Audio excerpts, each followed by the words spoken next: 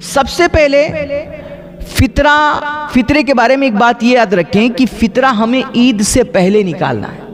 आपने उलमा से, मुफ्तियाने किराम से सुना होगा कि ईद की नमाज अदा करने से पहले पहले हमें आपको फितरा निकालना होता है। ये वाजिब है, ज़रूरी है, वरना हमारे रमज़ान के जितने आमाल हैं, जो इबादतें हैं, तरावी है, तिलावत कुरान है, रोज़े हैं, ये जो कुछ हमने नेकियां की है ना, ये सारी की सारी आसमान में मुअल्लक़ रहेंगी, अल्लाह की बारगाह में कबूल नहीं होंगी जब तक हम नमाज ईद से पहले पहले फितरा ना अदा कर दें।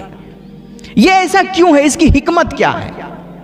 तो कहते हैं इसकी हिकमत ये है ना, ईद की नमाज से पहले तुम्हें फितरा अदा करना है। इसकी वजह यह है कि हो सकता है तुम्हारे मोहल्ले पड़ोस में, तुम्हारे गांव घर इलाके में कुछ ऐसे गरीब हों जो ईद की खुशियों में अपनी मोहताजी की वजह से शामिल ना हो सके। वो अपने बच्चों को ईद के जोड़े ना दिला सके, वो अपने बच्चों को जूते ना दिला सके, वो ईद के रोज अपने बच्चों के हाथ में 10 रुपया ना रख सकें। इसलिए हमारी शरीयत कहती है कि खबरदार, अगर अपने आमाल की, अपने रमज़ान की नेकियों की कबूलियत चाहते हो ना, तो ईद की नमाज अदा करने से पहले पहले तो अपने गांव घर मोहल्ले पड़ोस में देखो कि कौन गरीब है, कौन मुहताज है, कौन मिस्कीन है और कौन यतीम है जिसके सर पर से उसके बाप का साया उठ चुका है। और जाओ ऐसे घरों को तलाश करो और फिर रात के अंधेरे में ज़कात और फितरा, खास तौर पे फितरे की रकम लो और जाकर के उस गरीब घर में दे करके चले आओ।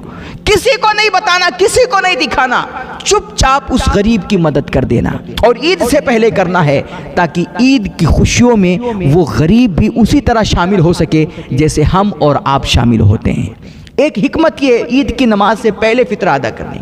अब फितरा अदा कितना करना है?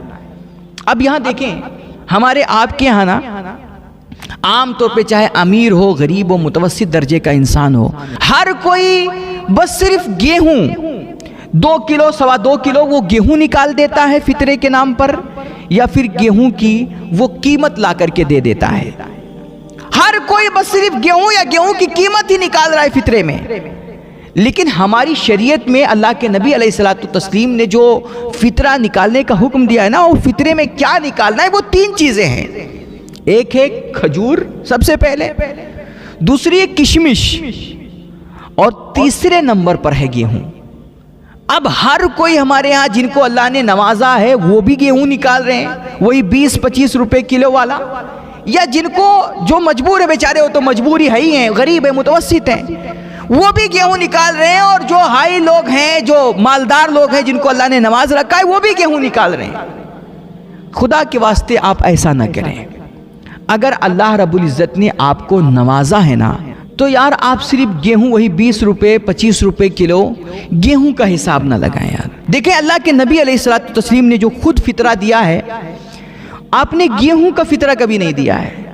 अब उसकी जो भी वजह रही है, लेकिन गेहूं का फितरा आपने कभी नहीं दिया है। आपने किशमिश का फितरा दिया है, और किसी रिवायत में खजूर मिलता है।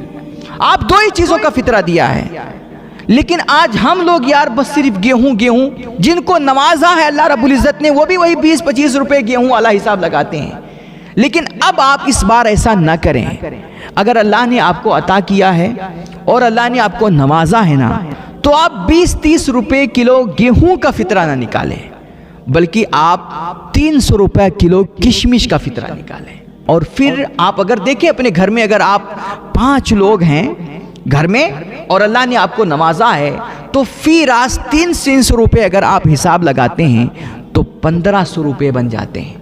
और 1500 रुपया 1500 रुपया ये ले जाकर के आप किसी गरीब को, आप ये फितरा 100 10 रुपया नाम कमाने के लिए चंदे में मत बांटें, बल्कि ये 1500 2000 जो भी बनता है, ये आप ले जाकर के किसी एक गरीब घर में चुपके से ले जाकर के दे करके चले आए मेरे भाई। इसी तरह आप खजूर का हिसाब लगाएं। अगर आप मुतवस्सित दर्जे के हैं ना, तो आप कम से कम, अगर आप एक नॉर्मल क्वालिटी की खजूर लेते हैं तो लगभग 150-200 रुपये किलो आजकल की नॉर्मल क्वालिटी की खजूरें मिल रही हैं। तो आप अगर 300 रुपये किलो किशमिश नहीं निकाल सकते, तो आप 200-150 रुपये किलो आप खजूर का हिसाब लगाएं।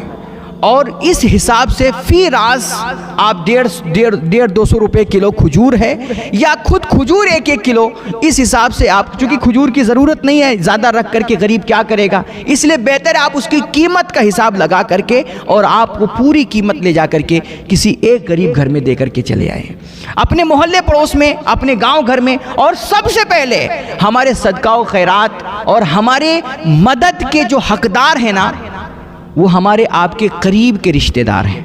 आप देखिए अल्लाह के नबी अलैहिस्सलातु तस्लीम ने क्या खूबसूरत बात फरमाई। कहते हैं एक दिन हुजूर पाक अलैहिस्सलातु तस्लीम अपने सहाबा के बीच में बैठे हुए थे और आपने पूछा कि सहाबा जानते हो सबसे अफजल सदका क्या है? तो सहाबा किराम में से किसी ने कहा कि यतीम को देना यह सबसे अफजल सदका है। अल्लाह के नबी फरमाया नहीं। दूसरे साहब उठे, उन्होंने कहा किसी मिस्कीन को देना सबसे बड़ा सदका है। आपने फरमाया नहीं। तीसरे साहब उठे, उन्होंने कहा कि अल्लाह की राह में मुजाहिदीन पे खर्च करना यह सबसे अजीम सदका है। आपने फरमाया नहीं। साहबा ने फिर पूछा या रसूलल्लाह फिर आप ही बताएं सबसे अफजल सदका, सबसे अजीम सदका कौन सा है? तो अल्लाह के नबी अलैहिस्सलातु तस्लीम ने फरमाया कि बंदा गरीब हो और वो तुम्हारा करीबी रिश्तेदार भी हो। और तीसरी बात देखिए क्या कमाल की बात हुजूर ने फरमाई।